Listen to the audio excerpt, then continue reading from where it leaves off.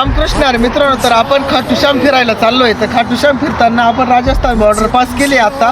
तर आपण या बाई इकडे शेतात आलोय राजस्थानमध्ये. तर राजस्थानमध्ये सर्वात जास्त वाटाण्याचं पीक घेतलं जातं. वाटाणे आणि गाजर हे जास्त पीक घेतलं जातं राजस्थानमध्ये. तुम्ही बघू शकता वाटाणे. आम्ही संपूर्ण राजस्थान फिरलोय आता. तर आम्हाला जास्तीत जास्त वाटाणा हे पीक दिसतंय.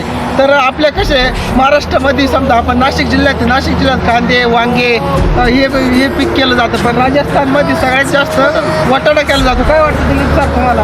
तर दिलीप सरची इकडं पण 7-8 एकर वावर दिलीप सरला. दिलीप सर काय पीक करतात आपल्या भागात?